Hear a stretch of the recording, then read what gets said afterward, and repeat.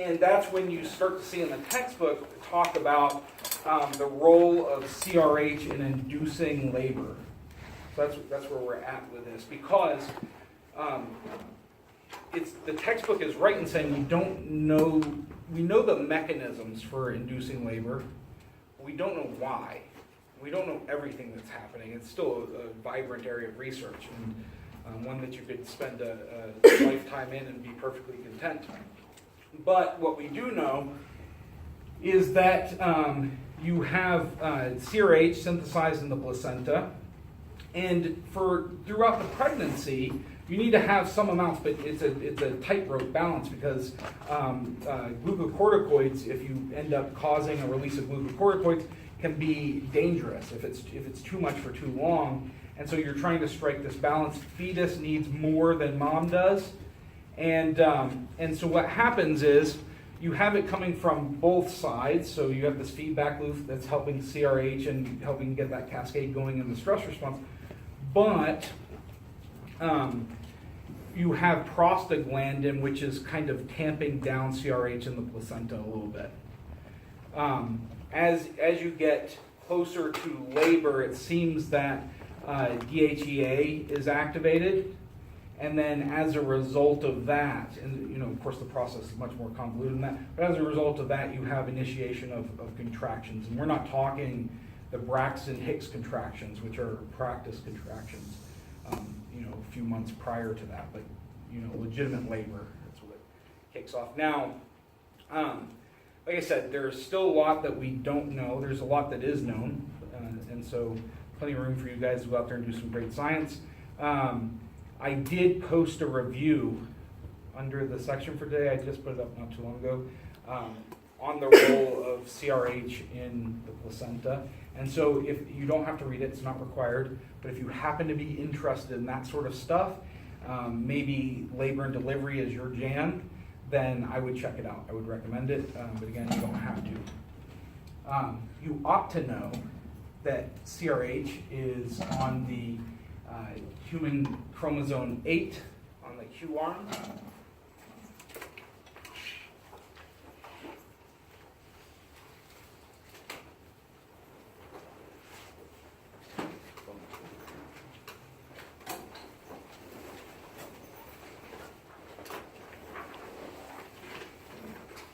Oh, yeah, I brought it to prove it. That's what it looks like.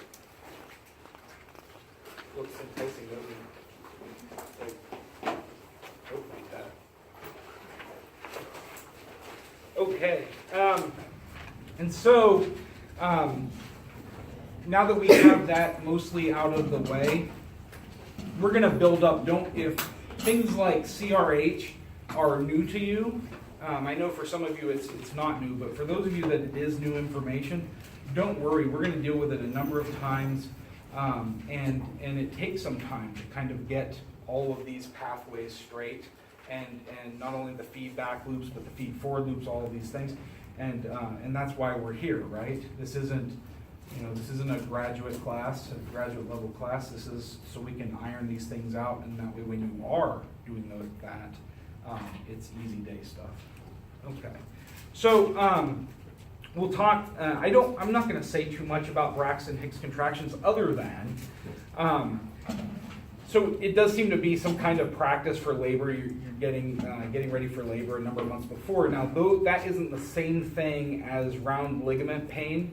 So if you have friends or patients or whatever it might be that are starting in the second trimester to experience pain, especially down, on me it's like just on the underside of my belly, but in that area it's these round ligaments that are stretching, and so that's fairly normal, and it's important to know that, because if someone comes up to you in the second trimester and they're like, I'm going into labor, you can say, okay, well, what's happening specifically? And I think that's just your ligaments or whatever it is. Okay, so we are going to we're going to watch the video now, and the video will take us through all these. No one's queasy, right? We're all professionals here. Okay. So the video is going to take us through the labor process. Realize that as you're watching this is of course it's for educational purposes, so it's an idealized birth that you're going to see. And what I mean by that is, we're here in stage 2, this is active labor. Yeah, it's nice if baby comes out just like that, everything works great as you'll see it happen. But it's possible for the umbilical cord to wrap. It's possible for the baby to be breech. It's possible for the baby to be transverse. And in those 2 cases, if it wasn't caught before you're in stage 2, so you're in active labor and all of a sudden baby didn't turn or whatever it was, then that would be a case for an emergency C-section. Because in a very real way, both the mother and the child are in danger, in a lot of danger. And so have some sense that it's not all Skittles and rainbows. I will say that before we watch this, so this process, even though we don't know a lot, we know a lot more than we have in the past. If you consider birth across history, we've done some pretty foul stuff when it comes to birth. And so there's this wonderful book, if you're interested in childbirth and all of that sort of thing, there's a book called Get Me Out, and it's by a physician. Her last name is Epstein.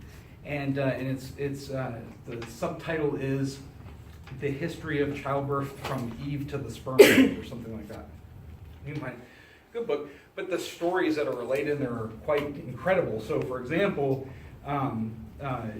Catherine de Medici wanted to have a successful pregnancy and all these things, so the royal physician, because she's queen, instructed her to drink mare's urine and bathe in manure.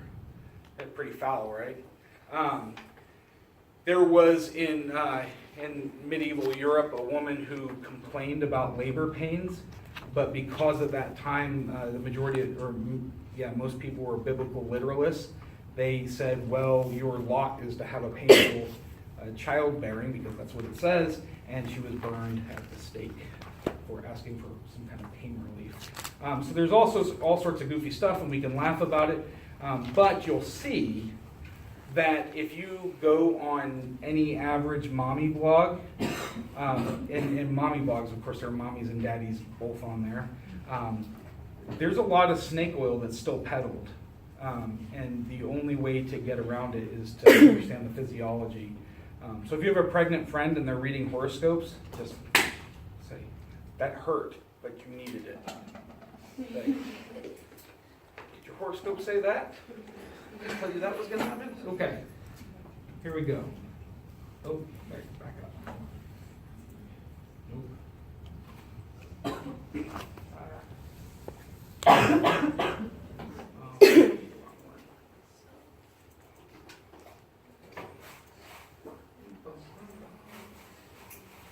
We wanted to hit the lights. What the heck? I don't understand why. Oh, there it is. Why can't they just leave the volume alone? Let's try that. Boy, okay. I will fix it. I was never an AV club, but I can do this. Just watch. Yet one more journey must be successfully completed. It's the path to Mordor, if you're wondering. 40 weeks have passed. Once just a single-cell design. There we go. 40 weeks have passed. Once. Sorry. My head is just not in the game. I had a lovely infant that was woke up at 10 and didn't get back to sleep. Let's see. Let's pass it out before we do it. So this worksheet that you're getting deals with the video, which is why I stopped it, and that way you don't have to work from memory. Now, try your best to answer. It's 3 questions. Try your best to answer them. I'm not grading them, but I am looking at them to see if there's any area that I need to clear up. So try your best, but don't worry if it's not perfect. We'll talk. If you have some confusion between triggers and signs, we can certainly talk about that a little more, and we can pass these around as well. The second thing that you're going to get is, we're not going to deal with it today, but it's a figure that has in it infant reflexes. And so it'll be great to study from. Certainly we're going to go over it on Friday, but for those of you that have to know about reflexes, you'll find it a handy chart. Yeah? Is this video like real people? Yes. I watched the birth and anatomy class before, and I got sick and almost passed out. So Oh. yeah. You're not going to be an obstetrician, are you? Okay. You can make the choice for yourself. If you feel like you need to do it in the hallway, you're welcome to do that. There's no shame at all in that. Don't leave completely because there's stuff after of me talking, which is exciting in and of itself. So if you want to, you're welcome to kind of move towards the side. We'll get into the birthing process fairly quickly, and then you can make the choice of whether or not, because you may find that because it's on a screen, there's enough of a separation in reality that it's okay. But if it's not, then you're welcome to hang out. Okay. Okay. Yeah, sorry, I missed it. No, you don't have. No, you do not have to apologize for that. The information's in the book. So I just happen to believe that we ought to, if we're going to talk about birth C1. But certainly, everybody has their jam. I worked one time with a seasoned FBI agent when I was in the military, and he was a real kind of tough guy. And he came into the morgue. We were working this homicide. He came into the morgue, and he was in there, and they called over for people to donate blood. And he was like, "Oh, I got to go donate blood," but you could see he was getting queasy before he got to the door. But we let him lay there, and we finished the autopsy. It's fun. The point is that everybody has a response that's often not controllable, and so there's no reason to worry about it. So if there's anyone else in that situation, do your thing. This is a cartoon, you don't have to worry about it. Just a single-celled zygote, now a genetic marvel of over 10 trillion cells. Yet one more journey must be successfully completed. The passage to a world outside the safe confines of her mother's protective womb. While several theories exist that explain what may trigger the onset of labor, rhythmical uterine contractions that help to expel the baby, no one knows for certain why a woman enters labor when she does. Does the fetus somehow transmit a hormonal signal indicating its readiness for birth? Or does the placenta emit a signal that it can no longer sustain the growing baby? Or does the pituitary gland play the central role? While the reason may remain a mystery in medical science, a woman's body does provide clues that the birth of her child is approaching. The position of her cervix moves from the back to the front of her body. Her cervix ripens or softens. It also begins to thin or efface. She may have a vague or nagging backache and feel the continuous need to change positions. She may experience intermittent or continuous cramps, similar to menstrual cramps. Even so, uterine contractions are the most common sign that labor has begun. Labor is divided into 3 stages. The first stage involves the thinning, effacing, and the opening or dilating of the cervix. In order to push the baby through the birth canal, the cervix must first dilate to 10 centimeters or approximately 4 inches in diameter. It must also thin. Typically about the thickness of the space between your eyebrows, the cervix will, with regular uterine contractions, thin to about the thickness of the small piece of skin between your thumb and forefinger. During the pre-labor phase, a woman is dilated between 0 and 3 centimeters. Normally the easiest phase of labor, pre-labor is also the longest phase of labor.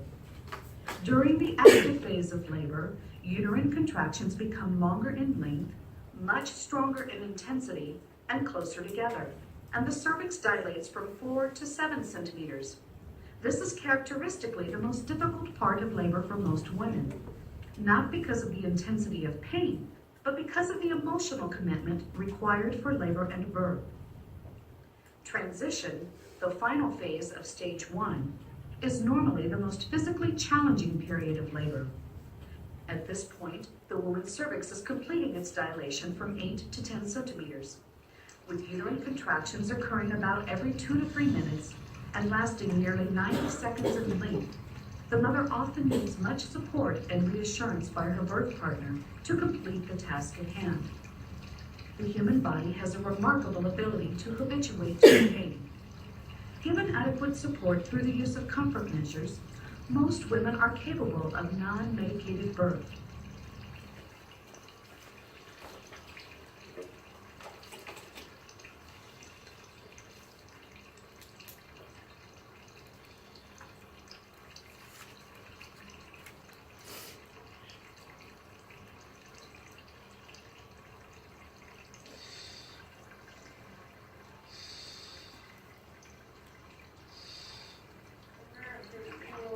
I got that spreadsheet.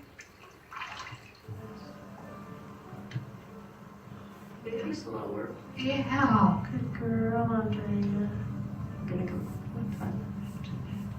And stay with her, babe. Okay. Abe stretching in the Okay. Oh, it's good. My lips, please. Okay. When the mother is dilated to 10 centimeters, she is said to be complete and may begin pushing when her body signals her to do so. Because of the descent of the baby's head in the birth canal, the urge to bear down is impossible to ignore. Although the journey through the birth canal is only about 5 inches, it will take a first-time mother approximately 2 hours to push her baby out. This is because phase 1 of stage 2, the pushing stage, is somewhat of a 3 steps forward, 2 steps backward effort. During the uterine contraction, as the mother is bearing down, the force of the contraction holds the baby down. As the intensity of the contraction lessens, the baby retracts upwards. When the baby's head crowns or is visible, phase 2 of the pushing stage has begun, and the baby will no longer retract after a contraction. Stage 2 ends with the delivery of the baby.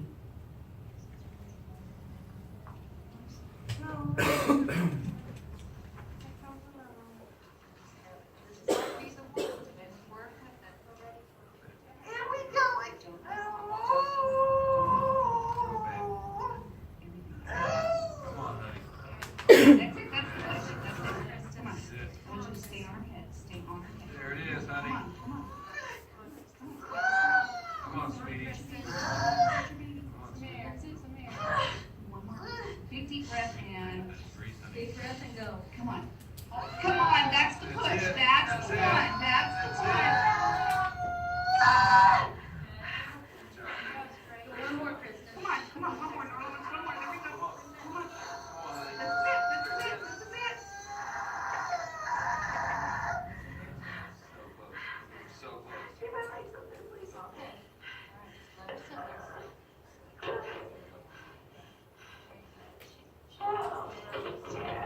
Tara. Oh, no.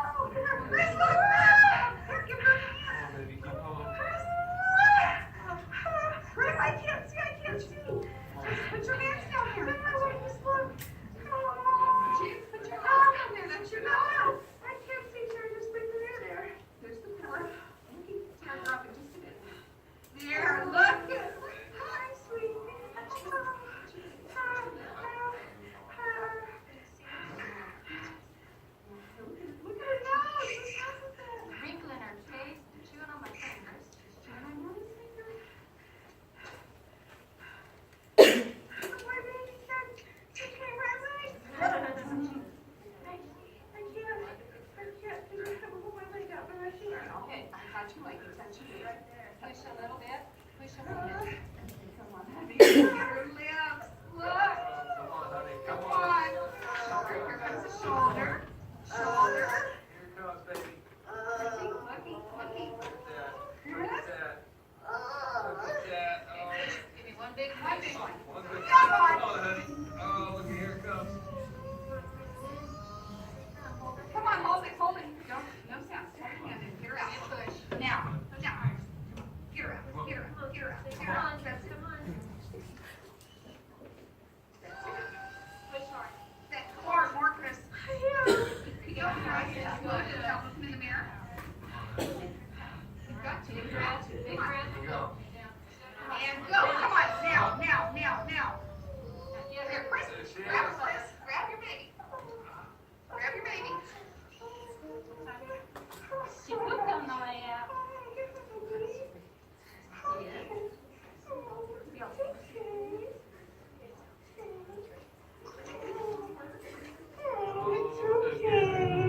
It's okay.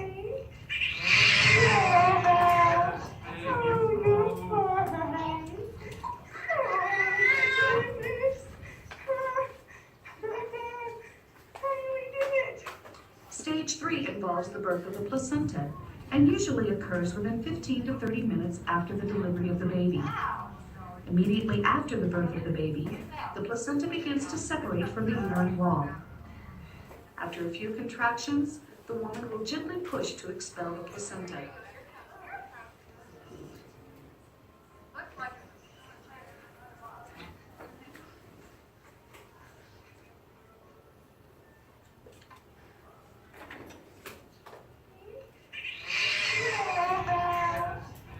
The baby cries. Sorry, so, I just don't like videos where they need to sum things up. Baby cry, yes, we heard that. Here we are. Okay. So, a couple things that you would have noticed. So there's a time when the shoulders have to be helped a little bit. So you heard the midwife or obstetrician, whichever she was, say, here's a shoulder, but you saw some considerable movement. And so that's one of the more difficult areas to get through. And if for some reason, so you need the to get the baby out and get it breathing on its own. And so if that's not happening a reasonable amount of time, then it may be important to do a vaginal insertion. And so the reason for that is because you don't want tearing. Tearing can happen, and there's no specific ill effect other than pain. But in suturing, it's much more difficult to close a jagged edge than it is to suture a straight line, right? And especially if you're trying to approximate those edges and account for swelling and all of these things.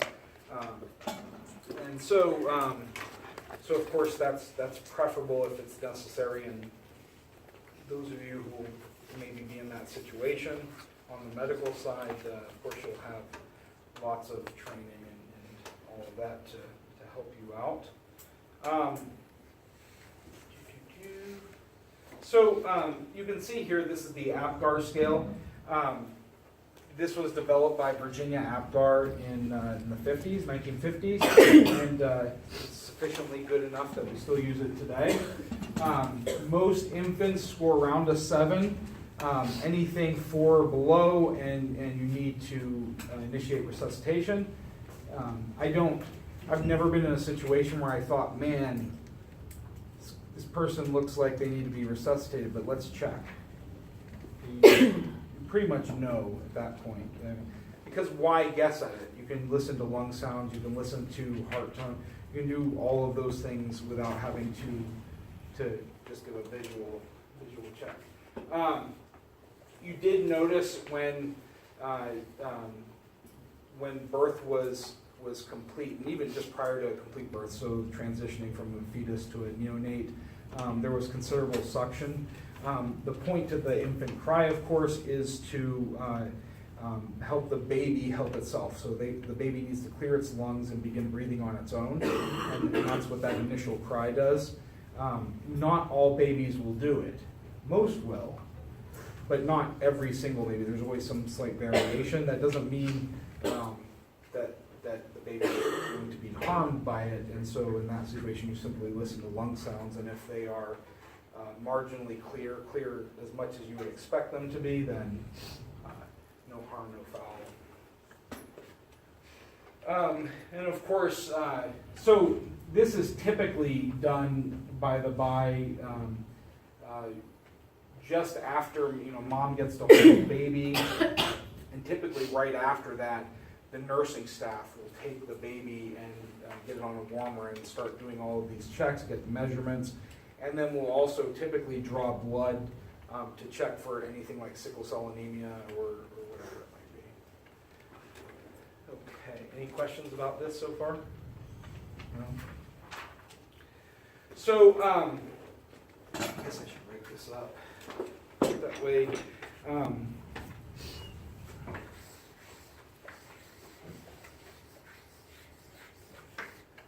so vernix is the goo that is on the baby when it comes out. It serves a very specific purpose, and that is to smooth its way through the birth canal. So it's acting as a lubricant. It is what Dwight Schrute was trying to simulate with the butter on the watermelon. You'll often neonates will have a fine coat of dark fuzz on them. It's vestigial hair. So almost all babies prior to birth have some light coat of hair covering them.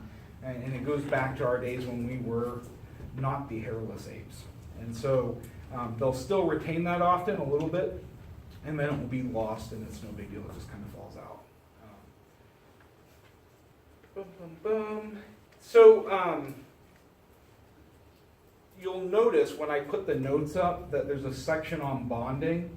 I'm not going to cover that today because we have a group that's going to talk about that. I think better not, I don't want to pee in anybody's cornflakes. And so, so what I will say about it is this, that when that group does their talk, they'll probably talk to you a little bit about skin-to-skin contact and things like that. The jury's out. It's a very controversial topic because there's a lot of emotion involved. There isn't a lot of scientific evidence to suggest that immediate skin-to-skin contact has any appreciable effect.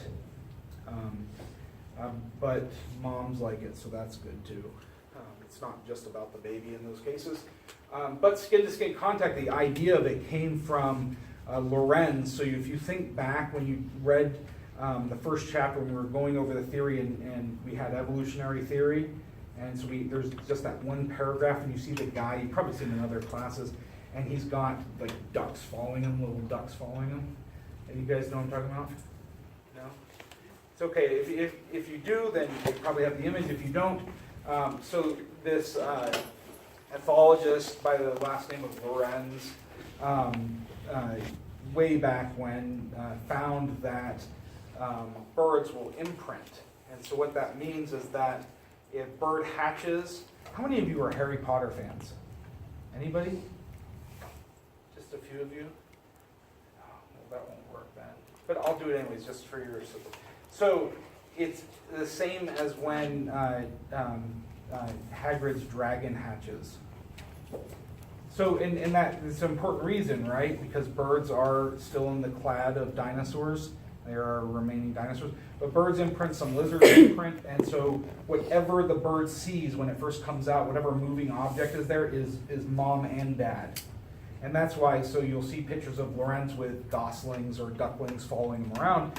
And that discovery is what allows biologists that are interested in migration patterns and things like that, especially in geese and other migratory birds, to kind of let them imprint and then fly with them on their migration route in the kind of, I don't know what you call those, the light aircraft. It looks kind of like a glider with a little motor. So humans don't do that. Most mammals don't do that, imprint. And so Lorenz was trying to make that connection between birds and other animals. It doesn't quite work, and we should be very happy that it doesn't work. Because if bonding worked in that way, and you had a context where you grew up at your grandparents' house, or you were adopted, or you grew up in whatever situation, but you weren't with biological mom and dad, or maybe you are, but biological mom and dad don't enjoy being around and they're off doing their own thing, then you would have a lot of trouble in life, right? If you're not able to bond in those early stages. But we can, right? You can sufficiently bond. Now there are some extreme cases where it doesn't happen very well, and so we'll talk later about Romanian orphanages. That's kind of a classic example where Americans were adopting infants out of Romania that had been in these orphanages where they had one caretaker for something like 30 babies. And the result was that they had a lot of behavioral problems, couldn't trust, it had no real emotional range. And so there's a really moving piece where this particular young boy, who's fairly articulate, knew that his adoptive parents loved him, that he could intellectualize that, but he felt nothing whatsoever, and he was continually in trouble and all this. So it gives us some sense into what the early bonding and parental care can do for you, whether the care is coming from a biological relative or whomever. So that's what I'll say about that. We're going to finish up just by talking a little bit about some of the different childbirth methods. I think probably the first one, the Lamaze method, is familiar to you all, if nothing else, by way of movie. Lamaze, surprise, was invented by a guy named Lamaze. And it's considered a natural birthing technique. These all are. The goal of Lamaze is to get the person to think positively about the labor process, and specifically about the pain involved. And so, if one can do that, the Lamaze technique posits, then at the onset of the contraction, you can use breathing, and you won't feel too much pain, more than I think there are variable results. Interestingly enough, going through the natural birthing methods, there's a socioeconomic divide. So it seems that women from higher socioeconomic statuses opt for these kinds of methods, but it's fairly rare among low socioeconomic status individuals. Now we have to be very careful about taking that information and thinking about why it is that way, because it may not be that this group of women is choosing this and this group of women isn't. It could very well be that their insurance doesn't cover it, because they have the type of insurance you would expect if you are working at a low-paying job, or maybe they don't have insurance. Certainly, many of these classes are offered at Sanford and Avera, but they aren't free, right? And so there could be any number of reasons for that. So the Bradley method is also natural. It's it came about at a time before a gender-neutral language, and so you'll often hear it talked about as the husband-coach method. Of course, you should, just on the face of it, know that it could be anyone. The difference is that it's not someone that you don't have some kind of bond and relationship with already. So you could contrast it with, say, hiring a doula, right? In this method, it could be a significant other, it could be a sibling, it could be anyone, a great friend, anyone that you would want there to help you through this big life event. And the proponents of the Bradley method feel that childbirth should be as natural as possible, and they will often refuse all medication, no matter what's going on.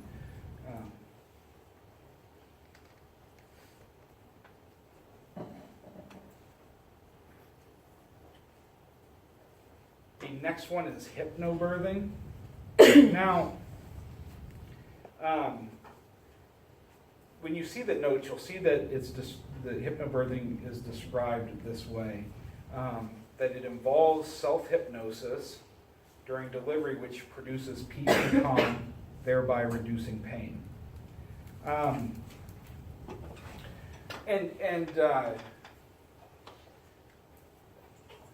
don't discount that. I think that's an okay definition, but between the name and what the description talks about, it would lead you to believe you were doing something on par with going to see a psychic, because we know that hypnosis is, hypnosis.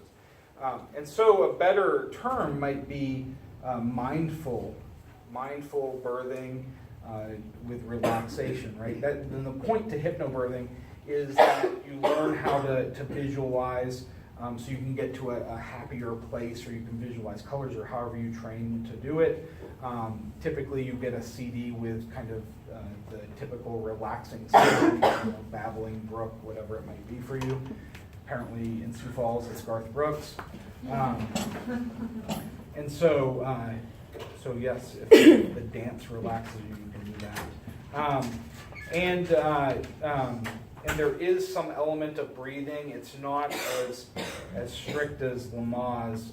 Now with all of these, even hypnobirthing, it's not kind of a menu option where you come into labor and delivery and you're like, I'll do that one.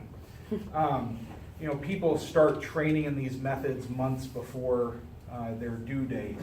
And because it does need practice, and it needs to be almost rote, because as we all know, if you're in pain for any reason, you don't have time to learn something new, right? Or you just probably scream at people. Which incidentally is what my wife did. They all take practice, not just from the person that is pregnant, but also from whoever's going to be the helper. And let's see. Water birthing is the last one we'll talk about. So water birthing, you'll see in the textbook that it's relatively rare in the U.S. The thought process behind water birthing, so that's not what you saw in the video. What you saw in the video was simply kind of sitting in a tub before labor, and that, I don't know much about it, Vera, but I know that's available at Sanford, and you'll see it in a lot of places because it takes a lot of pressure off. And so you'll often see women soak for a little bit before active labor begins, when they're just starting to have their initial legit contractions. They're close enough that active labor is going to start sooner than later. Water birth, the entire birthing process takes place in, they have professional apparatus. Some people use a kiddie pool. Some people with a large bathtub. It really depends on the individual, and that can either happen in the hospital or it can happen in the home. And it can be attended by, here at Sanford, I think they just got a water birthing apparatus, and the person in charge of that is a nurse midwife, so a nurse practitioner that specializes in midwifery. But in South Dakota, you can get somebody that is a midwife that isn't a master's or doctoral level individual, or a doula to help you through that, because free country, you do what you want. The idea is that if you give birth in the water, the warm water soothes both the mother and has some positive effect for the infant. There is really no data to support that. I suspect that if that were true, then we would have evolved to find a creek when it was time, but it doesn't seem to be the case. However, the important thing is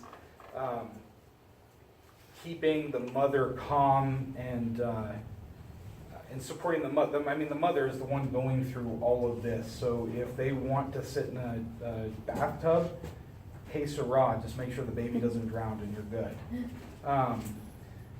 And so I think that's the important point. When you think of these things, you think, oh, that's kind of strange. Who cares? When you're going through it, you get to do whatever strange stuff you want to. But if you're attending, then it's all about supporting that person. Okay, so what we'll do is we're going to end it here. The sheets you have, just leave on the table.